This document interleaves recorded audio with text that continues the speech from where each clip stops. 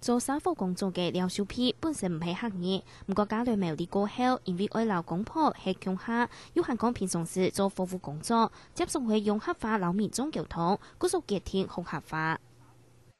這是我做投入全部服務性質嘞，嘿，我就變到講我接觸當多一年，然後我就面皮叫個盤盤，就同其他都會經學經講安尼，啊佢我講唔錯嘅，佢就老人家會教我安尼。雖然一開始學客話嘅時節，接送沒出好少嘅事情，不過意思咧都唔會影響佢學客話嘅決心。意思談兩年代從客家歌更好些，結果老人溝通，係講用當地嘅母語來講，接送會有事半功倍嘅效果。因為呢啲人其實家的年輕味當重，然後他們家的民族性咩較強，所以我講我次次都講，我一天拄到老人家。其他人嚟講客，我係咪一天會聽佢講客？